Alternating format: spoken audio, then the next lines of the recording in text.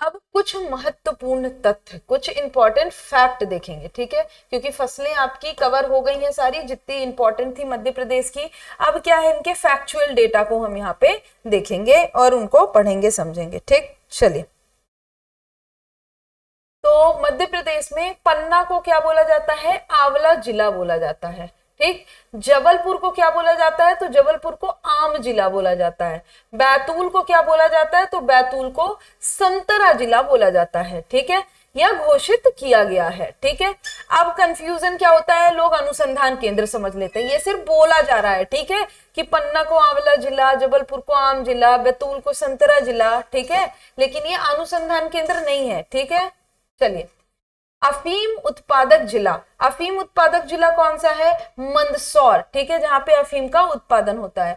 गांजा उत्पादक जिला कौन सा है, तो गांजा का उत्पादन कहाँ पे होता है, खंडवा में होता है। लेकिन जो गंजेड़ियों का स्वर्ग कहा जाता है वो किसको कहा जाता है, बुरहानपुर को कहा जाता है। किसको, बुरहानपुर को कहा जाता है। हालांकि ऐसे फैक्ट नहीं पूछे जाते एग्जाम में, लेकिन ठीक है। कहाँ पे ज्यादा होता है अफीम, तो मंदसौर याद रखना है। गांजा कहाँ पे होता है, तो गांजा खंडवा में होता है, ठीक। तंबाकू का सर्वाधिक उत्पादन कहाँ पे होता है, तो तंबाकू का सर्वाधिक उत्पादन कहाँ पे होता है, रीवा जिले में होता है ना। कहाँ पे सबसे ज्यादा प्रोडक्शन कौन करता है, रीवा। अब ये वन लाइनर फैक्ट है, सारे बहुत इंपॉर्टेंट फैक्ट है, एग्जाम में डायरेक्ट पूछे जा सकने वाले फैक्ट है ये, ठीक है। सर्वाधिक आलू उत्पादक जिला, यानी सबसे ज्यादा आलू का उत्पादन कहाँ पे होता है, तो इंदौर में होता है। कहाँ पे, इंदौर में होता है सबसे ज्यादा आलू का उत्पादन, ठीक।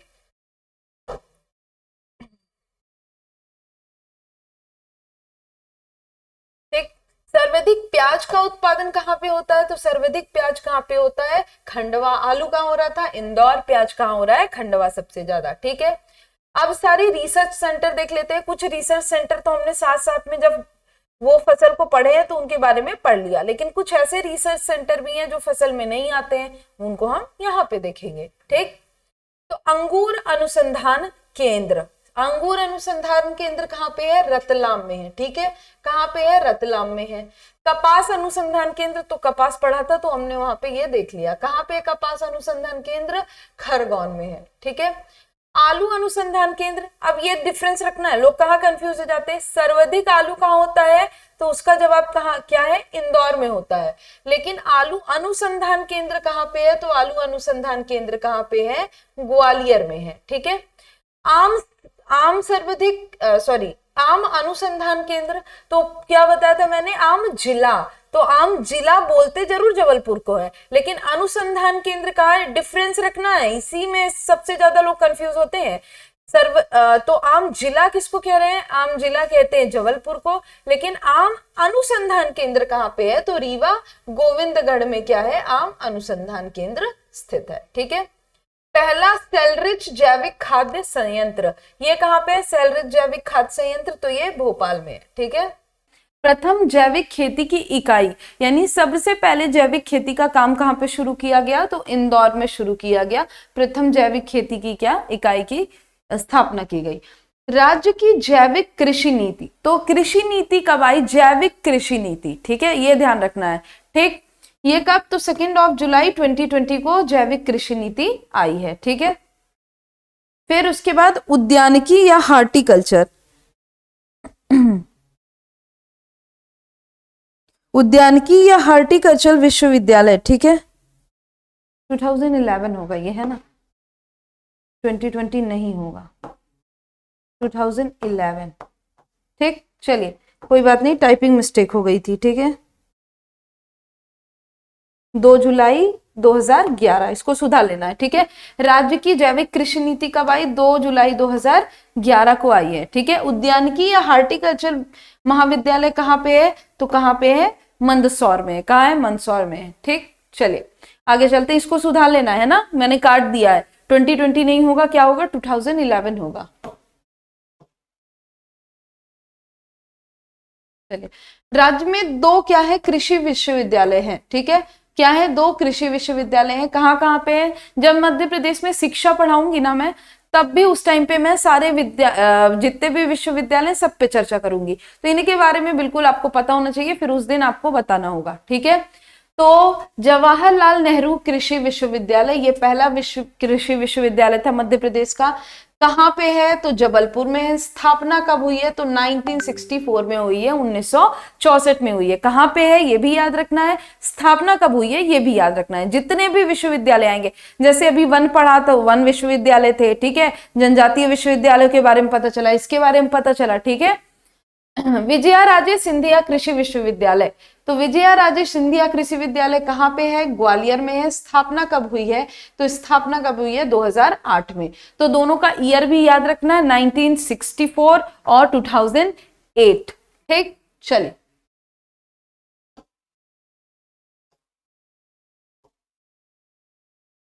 अब मध्य प्रदेश में कृषि प्रदेशों का वर्गीकरण, जो मैंने आप लोग को बताया था कि जलवायु के आधार पे कितने 11 कृषि प्रदेश हैं, ठीक है, वही है ये।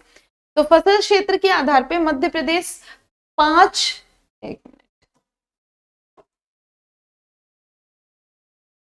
कृषि प्रदेशों में विभाजित किया गया है, जबकि कृषि जलवायु क्षेत्र के आधार पे कितने 11 कृषि प्रदेशों में बांटा गया है। यानी बेसिकली ये 5 वाला फसल जोन की बात हो रही है यहाँ पे, फसल जोन, ठीक है। और कृषि जलवायु क्षेत्र कितने हैं? 11 हैं, ठीक है। ये शुरुआत में ही आप लोगों को बताया, ठीक। अब फसल के क्षेत्र के आधार पे वर्गीकरण, यानी फसल जोन। तो 5 फसल जोन बताया था। तो पहला ये वाला एरिया हो गया, ठीक है, उत्तर भारत के पठार वाला, मध्य भारत के पठार वाला एरिया हो गया। गेहूं ज्वार क्षेत्र इसको बोलते हैं, फसल जोन नंबर 1। नंबर 2 ज्वार एवं कपास वाला प्रदेश क्षेत्र, मध्य प्रदेश का पश्चिमी एरिया दिख रहा है क्लियरली। तीसरा मध्य भारत गेहूं प्रदेश, ये वाला एरिया, ये तीसरा फसल जोन हो गया। चौथा गेहूं एवं चावल प्रदेश, ये वाला, और चावल का प्रदेश ये 5वां, ये वाला, ठीक है। अब वही नाम लिखा है, ठीक है। पहला पश्चिम में काली मिट्टी का मालवा क्षेत्र, ये वाले एरिया की बात हो रही है, ठीक है, ये जिसको हाईलाइट किया गया है। तो इसमें फसल क्या? ज्वार एवं कपास हो रहा है, तो इसका नाम रखा है ज्वार एवं कपास क्षेत्र, ठीक है।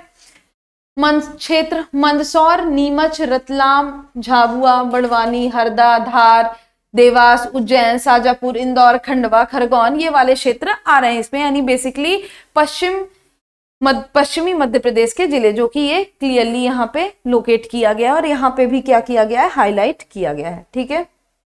फिर उत्तर में ज्वार गेहूं प्रदेश, तो उत्तर में ज्वार गेहूं के प्रदेश, फसल जोन का नाम रखा गया है ज्वार एवं गेहूं। क्षेत्र है मुरैना, श्योपुर, भिंड, ग्वालियर, दतिया, शिवपुरी, गुना, छतरपुर, टीकमगढ़, यानी पूरा ये वाला मध्य भारत के पठार वाला एरिया और थोड़ा बुंदेलखंड वाला एरिया।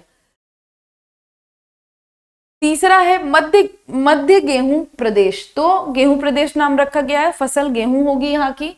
क्षेत्र है भोपाल, सीहोर, नर्मदापुरम, नरसिंहपुर, रायसेन, विदिशा, दमोह, सागर, यानी ये मिड वाले, जहां ये ब्लैक डॉट्स आपको दिखाई दे रहे हैं, ये वाले डिस्ट्रिक्ट्स, ये वाले जिले, ठीक है।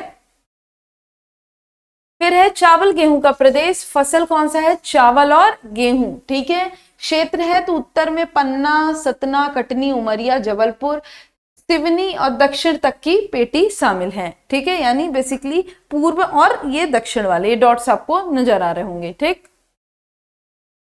फिर है संपूर्ण पूर्वी मध्य प्रदेश, यानी पूर्वी मध्य प्रदेश की बात करें, इसका नाम चावल प्रदेश रखा गया है। फसल कौन सी होगी? ऑब्वियसली चावल होगी। एरिया रीवा, सीधी, शहडोल, अनूपपुर, डिंडोरी, मंडला, बालाघाट आदि जिले इसमें सम्मिलित होते हैं, ठीक है। चलिए, मध्य प्रदेश के कृषि जलवायु क्षेत्र कितने हैं? 11 हैं, 11 हैं, उनको देखना है अब मध्य प्रदेश के कृषि जलवायु क्षेत्रों को, ठीक है। तो सबसे पहला छत्तीसगढ़ का मैदान, तो यहाँ फसल कौन सा हो रहा है? तो ये चावल उत्पादक क्षेत्र है। छत्तीसगढ़ का मैदान यानी ऑब्वियसली मध्य प्रदेश के पूर्वी पार्ट की बात हो रही है, तो वहां क्या होता है? चावल होता है, आपको पता है। तो फसल चावल उत्पादक क्षेत्र है। इस क्षेत्र के अंतर्गत मध्य प्रदेश का बालाघाट जिला शामिल है, ठीक है। चावल अच्छा होता है बालाघाट में, आपको पता है, सबसे ज्यादा होता है बालाघाट में, ठीक। नेक्स्ट है छत्तीसगढ़ का उत्तरी पहाड़ी क्षेत्र। फसल तो इस क्षेत्र में सोयाबीन, चावल आदि फसलों के लिए प्रसिद्ध है।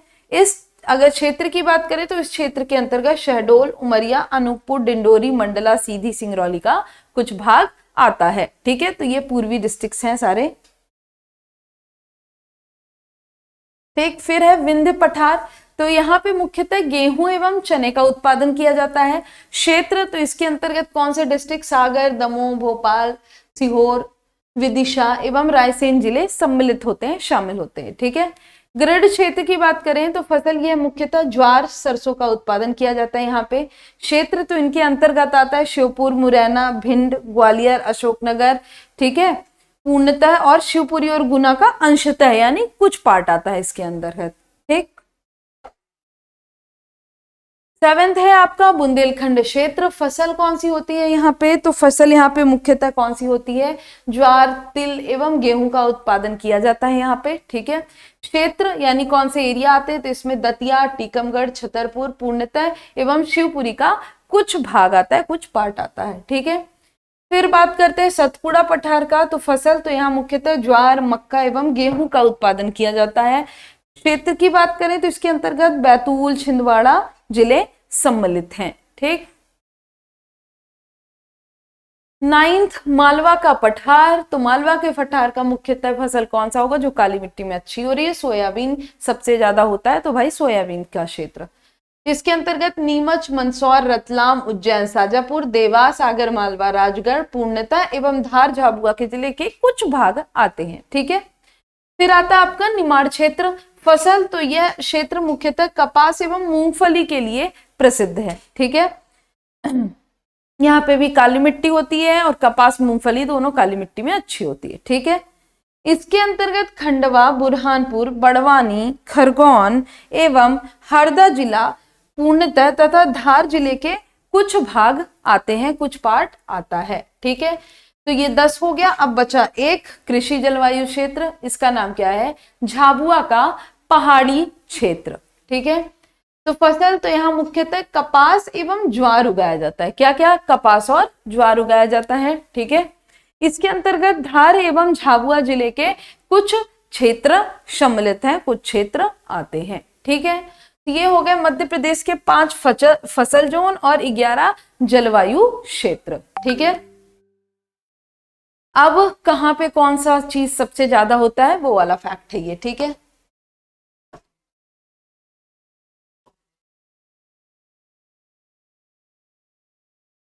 तो सर्वाधिक आलू, तो सर्वाधिक आलू उत्पादक जिला कौन सा है, इंदौर, बिल्कुल हम पढ़ चुके हैं, हमें पता है। ठीक है। सर्वाधिक प्याज उत्पादक जिला कौन सा है, तो खंडवा है। सर्वाधिक धनिया उत्पादक जिला कौन सा है, सबसे ज्यादा धनिया कहाँ होता है, तो गुना है। ठीक है। सर्वाधिक टमाटर उत्पादक जिला कौन सा है, सबसे ज्यादा टमाटर कहाँ पे होता है, तो जबलपुर में।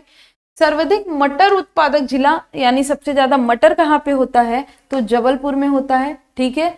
सर्वाधिक अदरक उत्पादक जिला, यानी सबसे ज्यादा अदरक कहाँ पे होता है, तो छिंदवाड़ा में होता है। ठीक है। सर्वाधिक हल्दी उत्पादक जिला, यानी सबसे ज्यादा हल्दी कहाँ पे हो रहा है, तो बुरहानपुर में हो रहा है। सर्वाधिक सब्जी उत्पादक जिला, सबसे टोटल सब्जी की बात कर रहे हैं ना, तो सब्जी सबसे ज्यादा कहाँ हो रहा है, छिंदवाड़ा में होता है। ठीक। तो ये क्या हो गया, सर्वाधिक उत्पादक जिले, किस जिले में सबसे ज्यादा कुछ हो रहा है। ठीक है। अब टोटल फल की बात करते हैं। टोटल फल की बात करते हैं तो टोटल फल में सबसे ज्यादा कहाँ होता है, रतलाम। सर्वाधिक स्पेसिफिक पपीते की बात करते हैं तो रतलाम।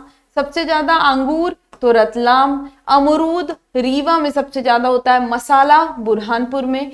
आंवला पन्ना में। आम जबलपुर में। संतरा कहाँ पे हो रहा है, बैतूल। बैतूल को संतरा जिला भी बोलते हैं, ऊपर बताया था मैंने ये फैक्ट। ठीक। अब कृषि संबंधित महत्वपूर्ण योजनाएं, तो कुछ योजनाएं हैं जो कृषि से संबंधित है, देख लेते हैं और इसके बाद आपका ये कृषि वाला चैप्टर खत्म हो जाएगा। ठीक है। चलिए,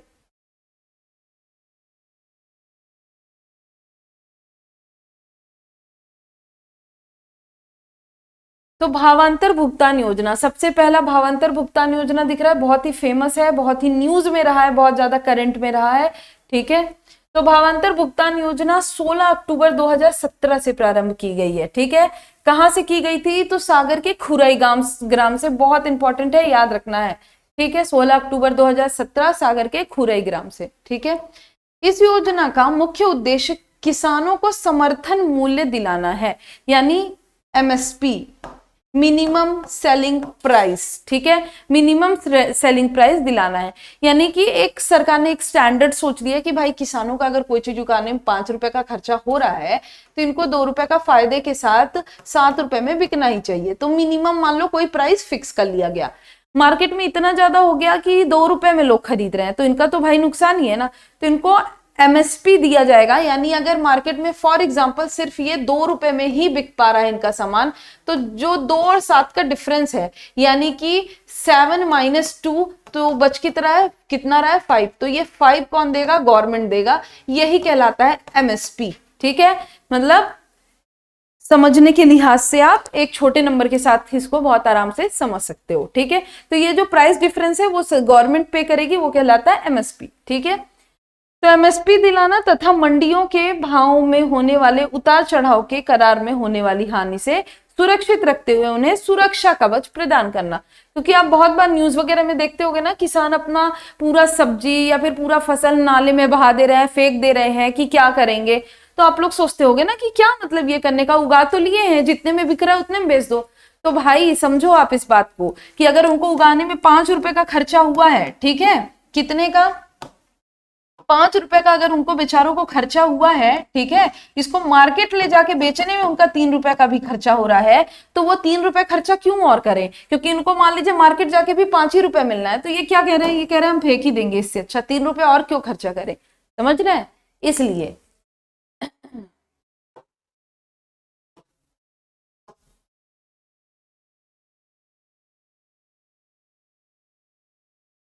अन्नपूर्णा सूरजधारा योजना, तो मध्य प्रदेश में अनुसूचित जाति एवं जनजाति, तो ये योजना एसटी और एससी के लिए है, उनके कृषकों के लिए है। वर्ष 2001 से यह योजना लागू की गई। सूरजधारा योजना में दलहन, तिलहन तथा अन्नपूर्णा योजना में खाद्यान्न फसलों के बीच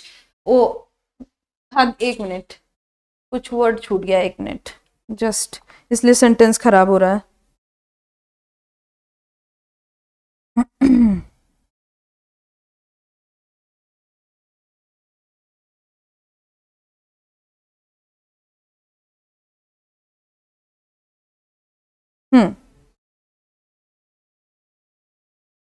ठीक है, तो क्या है तो सूरजधारा योजना में दलहन, तिलहन तथा अन्नपूर्णा योजना में खाद्यान्न फसलों के बीज उपलब्ध कराए जाते हैं। यानी बेसिकली इसमें क्या देते हैं, अच्छे किस्म के बीज देते हैं, ठीक है, जैसे क्या है, अच्छी किस्म की फसलें हो सके, ठीक।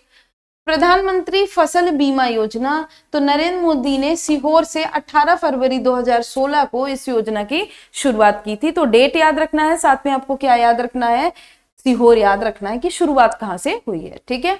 इस योजना का प्रमुख उद्देश्य प्राकृतिक आपदाओं के कारण फसल नष्ट होने की स्थिति में कृषकों को आर्थिक सहायता एवं बीमा राशि उपलब्ध किया जाए। तो बेसिकली कभी ज्यादा बारिश हो गई, ओले गिर गए, नहीं बारिश हुई, सूखा पड़ गया, इस स्थिति में जो किसानों का नुकसान होता है उसका क्या मिलना, उनको भरपाई मिलना, ठीक है। यह है फसल बीमा योजना। बीमा तो सब लोग समझते हैं, गाड़ी का भी अपने कराते हैं, क्यों, कुछ हो जाए तो हमें क्या मिल जाए, उसका पैसा मिल जाए, वही सीन है यहाँ पे भी। जल अभिषेक अभियान, इस योजना का प्रारंभ 2006 में किया गया। इसका मुख्य उद्देश्य प्रदेश में खेती एवं अन्य प्रयोजनों हेतु जल का संरक्षण एवं संवर्धन करना। होता क्या है, बारिश में पानी आता है और पानी पूरा बह गया, उसके बाद तो क्या करो, बारिश के पानी को इकट्ठा करो, तालाब वगैरह बनाओ, ठीक है, ये सीन है। सेम बलराम ताल योजना भी है, इसीलिए तालाब बनाने को प्रोत्साहित करने के लिए और तालाब बनाने के लिए गवर्नमेंट कुछ पैसे देती है अपने तरफ से, ठीक है। तो इस योजना का प्रारंभ डेट बहुत इंपॉर्टेंट है, एग्जाम में आ चुका है, बलराम ताल का डेट प्रीवियस ईयर क्वेश्चन है, 25 मई 2007, ठीक है। तो बलराम ताल योजना 25 मई 2007 को प्रारंभ किया गया। इसका मुख्य उद्देश्य क्या है, ताल निर्माण हेतु 50% अनुदान, अधिकतम 80,000 रुपए, यानी कि इसके लिए गवर्नमेंट 50% तक अपना अनुदान दे सकती है और मैक्सिमम 80,000, यानी जो भी कम रहेगा वो देगी, या 50% या 80,000, ठीक है, इससे ज्यादा नहीं देगी गवर्नमेंट। और एसटी एसटी के कृषकों के लिए 75% अनुदान और अधिकतम 2 लाख रुपए देना है, ठीक है। तो एसटी एसटी के लिए 75% तक और मैक्सिमम कितना, 2 लाख रुपए देगी, और नॉर्मल लोगों के लिए 80,000 और मैक्सिमम 50%, ठीक है। चले ये किसकी बात कर रहे हैं हम लोग, ये हम लोग बलराम ताल योजना की बात कर रहे हैं, ठीक है।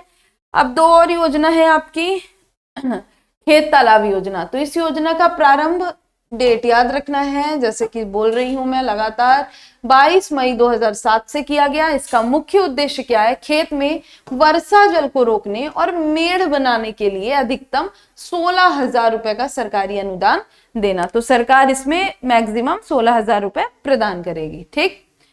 मुख्यमंत्री अन्नपूर्णा योजना, तो इस योजना का प्रारंभ 2008 में किया गया, 2008 में किया गया। इसका मुख्य उद्देश्य क्या है, गेहूं, शक्कर, नमक 1 रुपए प्रति किलोग्राम की दर से प्रदान किया जाता है, ठीक है। तो ये क्या है, वही गरीबी रेखा के नीचे वाला, उसमें 1 रुपए का गेहूं, शक्कर और ये सब दिया जाता है मुख्यमंत्री अन्नपूर्णा योजना के अंतर्गत। अब खाने पीने से संबंधित था, इसीलिए इस वाले में ऐड हो गया, ठीक है, फसल वाले में। मुख्यमंत्री किसान कल्याण योजना, ठीक है। इस योजना का प्रारंभ कब हुआ, सितंबर 2020। ये सबसे भाई करंट वाली चीज हो गई, सबसे रीसेंट वाली चीज है ये, ठीक है। इसमें जो सरकार ने पैसा देने का स्कीम निकाला था, पहले सेंट्रल गवर्नमेंट में हुआ, उसके बाद मध्य प्रदेश गवर्नमेंट ने भी कर दिया ये। तो इस योजना का प्रारंभ सितंबर 2020 में किया गया।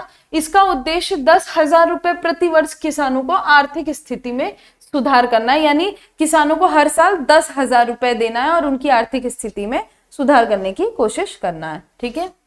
नेक्स्ट है मुख्यमंत्री खेत तीर्थ योजना। तो इस योजना का प्रारंभ कब किया गया, तो 2013-14 में किया गया, 13-14 में किया गया। इसका मुख्य उद्देश्य किसानों को उन्नत कृषि प्रदेशों और कृषि विज्ञान केंद्रों का भ्रमण करवाना है, यानी बेसिकली किसानों को समझाना कि आपके यहाँ कैसी मिट्टी है, कैसा क्या है, ह्यूमिडिटी है, आप कैसी फसल उगाओ, फसल के लिए किस तरह की खाद का इस्तेमाल करो, यानी बेसिकली रिसर्च पे क्या है डिपेंड रहेगी कृषि यहाँ की, ठीक है। यानी ये हेल्पफुल होगा किसानों के लिए कि भाई किस तरह से खेती करो, कैसे मत करो, ठीक है। और ऐसी जगह ले जाके उनको भ्रमण कराना, घुमाना, तो उनको एक्सपीरियंस मिलेगा इस चीज से, ठीक है। तो ये है मुख्यमंत्री खेत तीर्थ योजना, ठीक है। चलिए, तो ये क्या हो गए, ये सारे क्या हो गई, योजनाएं हो गई जो किससे संबंधित है, कृषि से संबंधित है, ठीक है। इसी के साथ ये जो आपका चैप्टर था मध्य प्रदेश में कृषि, ये क्या होता है, खत्म होता है। सारी फसलें देख ली आपने और सारे क्या देख लिए आपने, सारे जितने भी योजनाएं हैं, सारे फसल जोन देख लिए, सारे स्थान देख लिए कि कौन सी रैंक है किस फसल में, और क्या देख लिया आपने देख लिया कि मध्य प्रदेश में किस किस चीज में क्या है, कौन सा डिस्ट्रिक्ट आगे है, कौन सा डिस्ट्रिक्ट पीछे, यानी कहाँ ज्यादा उत्पादन होता है, कहाँ कौन से अनुसंधान केंद्र हैं। तो इस तरह से आपका ये क्या हो गया, चैप्टर पूरी तरह से कवर हो गया, ठीक। तो आज के लेक्चर में बस इतना ही। मुलाकात होगी आपसे मंडे को सेम टाइम पे, तब तक पढ़ते रहिए, रिवीजन करते रहिए। Thank you.